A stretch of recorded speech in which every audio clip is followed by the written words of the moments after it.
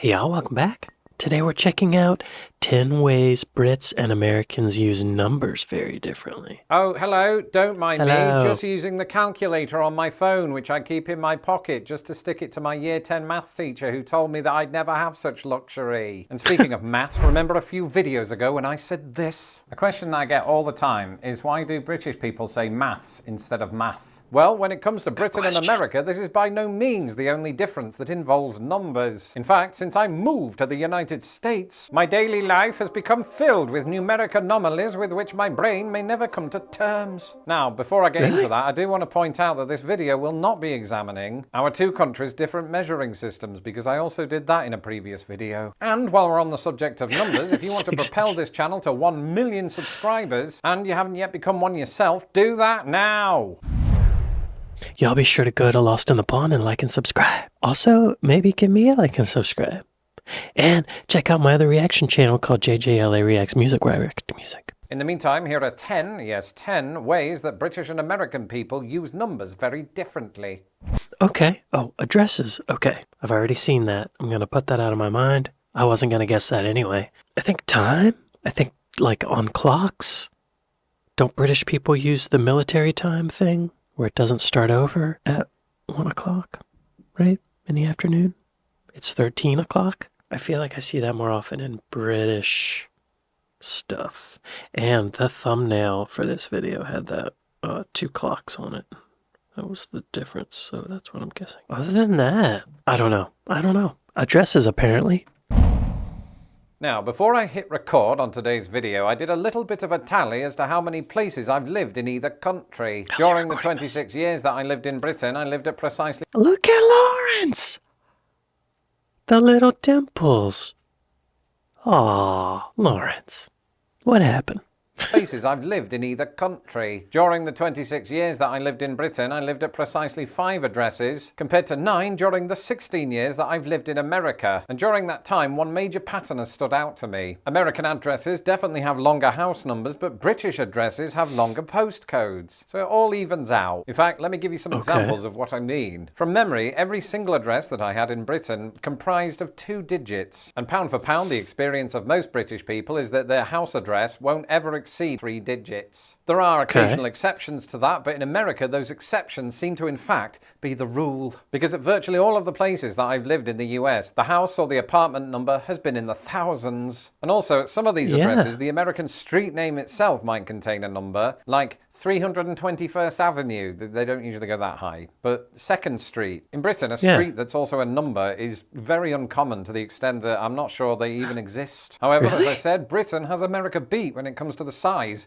of our postcodes. And if for whatever reason you're confused by the term postcode, it is simply what Americans know as a zip code. You see, in Britain, a postcode can range from 6 to 8 characters, where in the US it's just 5. However, notice there that I said characters and not numbers. Well, since this video is all about numbers, there is something to keep in mind here. British postcodes are a combination of letters and numbers, meaning that American zip codes probably have more numbers, but that's whatever. The first letters in a UK postcode denote the postal region. So, for example, where I grew up in Grimsby, that was part of the Doncaster postal code for some reason. So the first 2 letters are DN. And then you have a series of numbers and letters that denote a more precise location. And that's it. In America, it's just numbers, so that's easy. And basically, the first couple of digits are arranged by state. So here in the state of Illinois, those first 2 digits range from 60 to 62. Of course, when it comes to the size of your house number, there's one group of people who don't give a flying herd of badgers, and that's data brokers. Instead, they're so preoccupied with making bank from selling your address to people search sites. Laurence sneaked an ad in on us. Laurence. Trying to think of all my addresses. My very first address had 4 digits. My second address had 3 digits. I don't remember my third address. I don't remember my fourth address. I don't remember my 5th address. I don't remember my 6th address. My 7th address was 2 digits. My 8th address was 4 digits. My 9th address has 4 digits. I've lived in 9 places. I think the British zip code thing or postal code would be easier because those letters at the beginning gives you an idea of where the hell you are. Our zip codes just have numbers, and if you don't know them, you just don't know where it is. One other Phone series numbers. of digits over which Okay. Britain has America beat is phone numbers, actually. Typically speaking, if we're not calling from overseas, in which we would need to use a country code, then a UK phone number usually consists of 11 digits. US phone numbers, meanwhile, consist of 10, basically Yeah. 2 zip codes put together. The Right. major difference here comes in the area code. For the first 20 years of my life, growing up in Grimsby, Laurence. He actually looks very similar.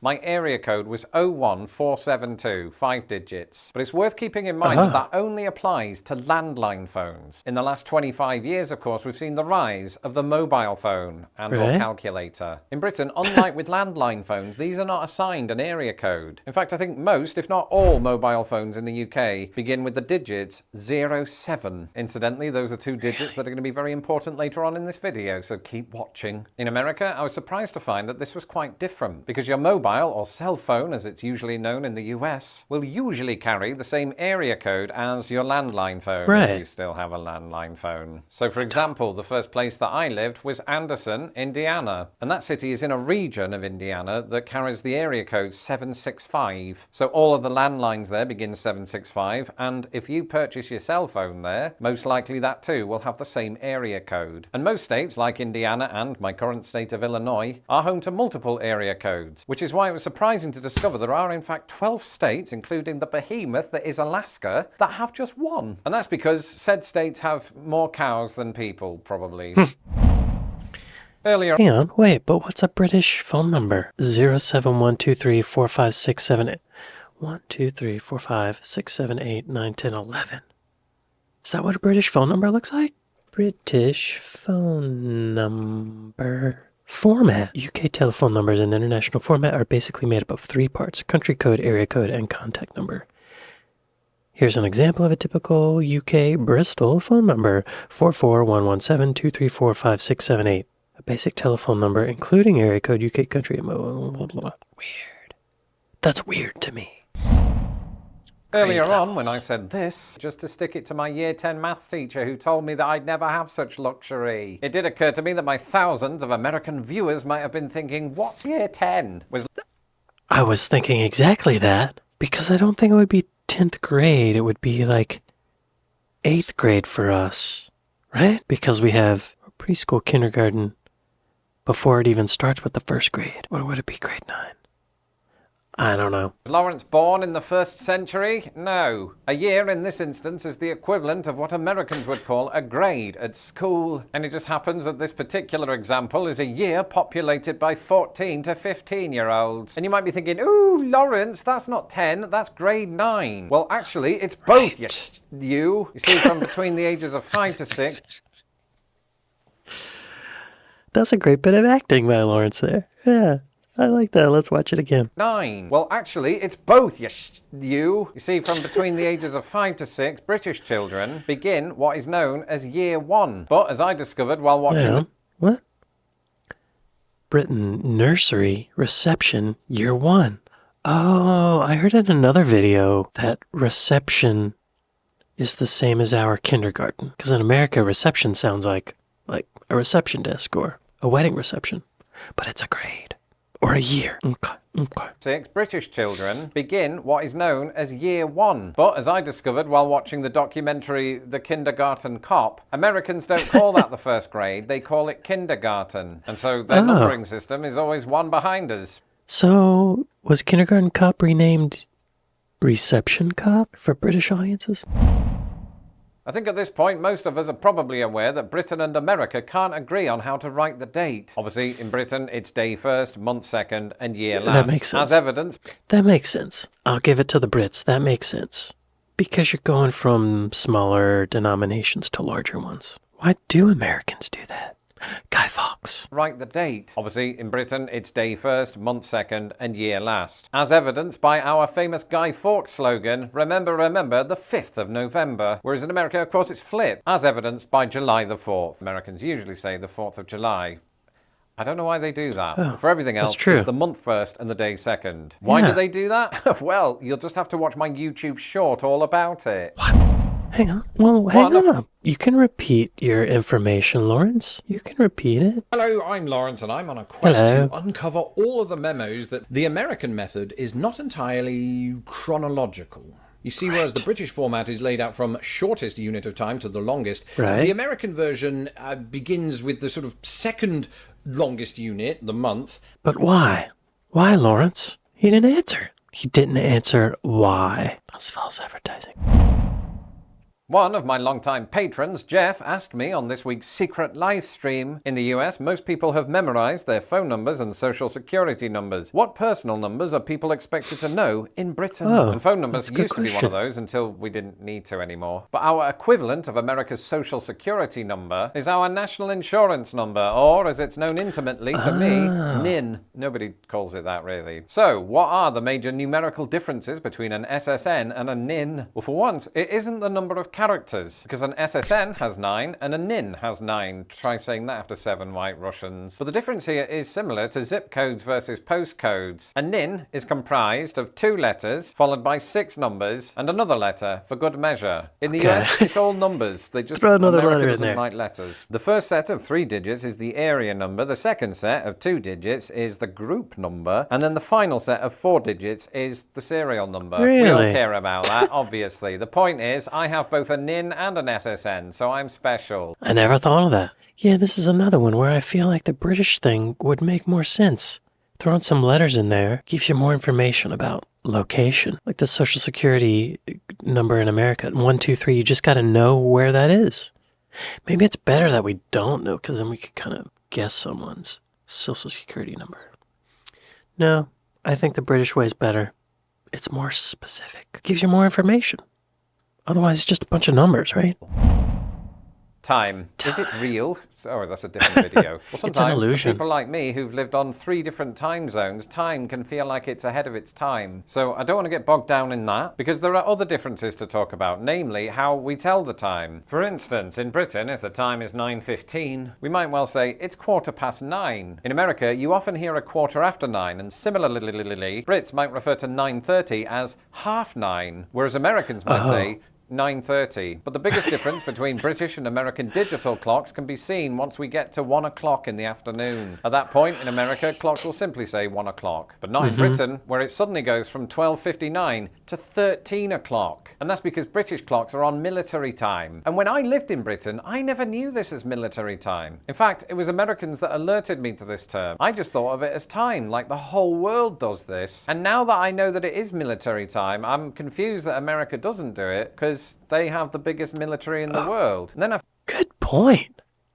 Why don't we do that? It would keep us from having to say AM or PM, but then I couldn't use the phrase AM, BM to describe my bowel movements in the morning. Why don't we all just use military time, though? Really? It's more logical, right? It's more logical. found that the US military does do it, but the general public doesn't. Either way, to this very day, I instinctively know that 7 p.m. in the evening, that last word was redundant, is equal to 19 o'clock. I should point out that British Yeah, I don't know. If you told me it's 18 o'clock, I'd be like, what? But now that he just told me, I know it's 6 p.m., right? Or 6 p.m. But you don't say 18 o'clock. Why don't you say 18 o'clock or 19 o'clock instead of 6 or 7? That's incongruent.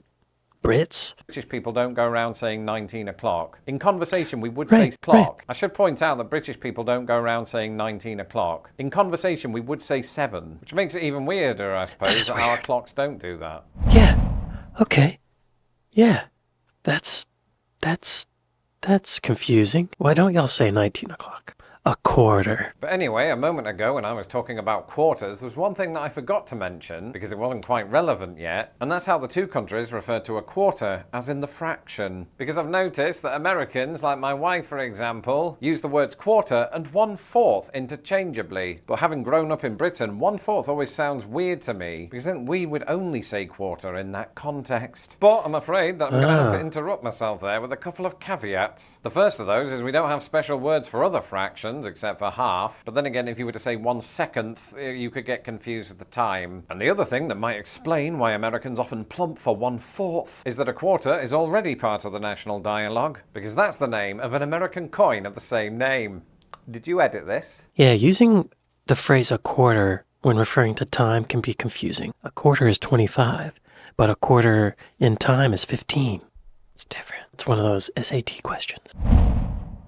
And I want to finish this video by talking about three numbers in particular, the first of which is 0. Is 0 a number? No, Z means Z. What am I thinking? And 0 is an interesting one to me because both countries have synonyms of the word zero that the other country doesn't have. In America, somebody might say, I got zilch, as in, I've got nothing. Whereas Britain's alternatives for this nice round number are often context dependent. Firstly, you've got nil, which you often find in sports, as in, Grimsby Town Football Club won the FA Cup final 6-0, whereas American commentators are more likely to say 6-0 or 6-zilch. And then there's the word naught, which from memory is what I called zero when I was a little kid. But it's also used in the title of a game that Americans call tic-tac-toe, a game that we call noughts and crosses. And remember... You call tic-tac-toe noughts and crosses. Weird.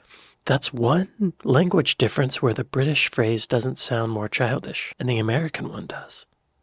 Tic-tac-toe, noughts and crosses. Okay. Americans call tic-tac-toe, a game that we call noughts and crosses. And remember earlier when I said this? My area code was 01472. This use of O to denote 0 in phone numbers is not something you often hear in America, where the preferred option would be 01472. I mean, you do. You do, though. People say, like when you're telling someone your phone number, they'll say O instead of 0.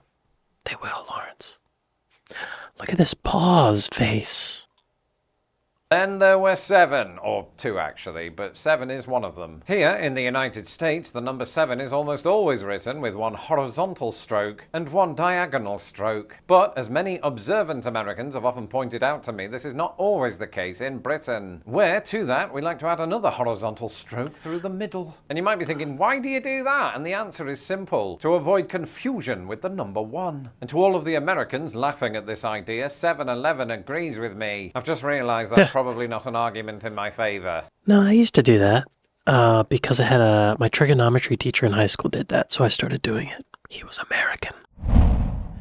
And finally, how do you define 1 billion? Well, most people today who have a grasp of big numbers would tell you 1,000 million. But try telling that to British people from before the 70s. And that's because before 1974, British people, as well as a host of other countries, defined a billion as 1 million million, otherwise known as a long billion, or more commonly, a trillion. And you might be thinking, what did those British people call 1,000 million? And the answer is simple: 1,000 million. However, all of this ceased to be the case when we followed the American example. A decision that was taken by 69th UK Prime Minister Harold Wilson, not to be confused with 67th UK Prime Minister Harold Wilson. That said, most European countries actually still operate under the long billion, which makes you wonder, is Luxembourg the richest country just because it keeps adding on 3 zeros?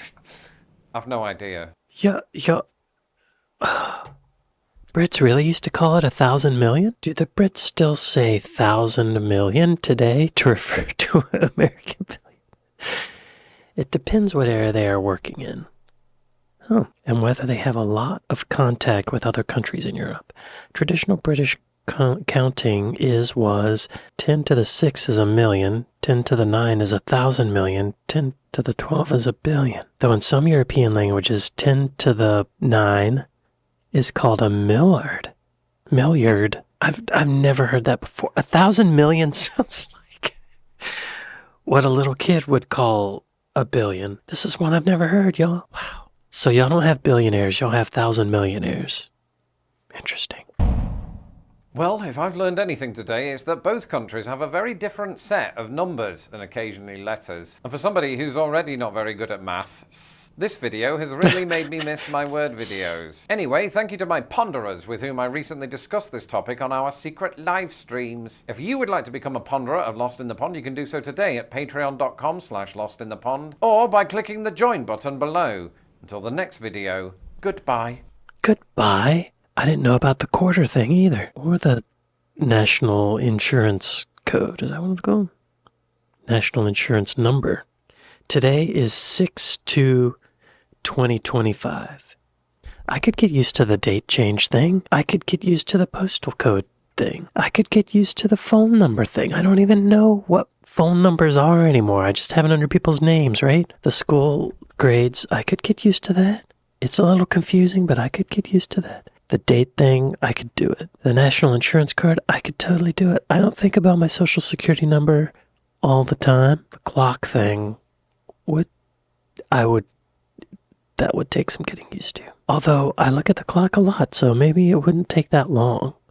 A quarter? I don't think I say that word much at all. I say 9:15 or whatever. What time is it?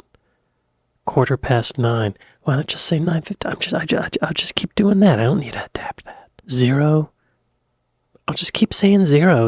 We all know what 0 means. That's what I say. We all know what it means. 7. I already draw that line in my 7s, y'all. I already do it. Because of my high school trig teacher. Trigonometry. Billion. Now that, y'all are going to have to come over to our side for that. It sounds like you did back in 1974. I think that was a good decision. Good call, y'all. Yeah, fun little differences we have, y'all. Well, I'd like to thank my patrons. Oh, be sure to go to Lost on the Pond and like and subscribe. I'd like to thank my patrons. I'd like to thank my Buy Me a Coffee folks. Thank y'all for watching this with me, and I'll see y'all next time. Later. That hurt my mouth to say it differently like that. I don't think I'm going to keep doing that.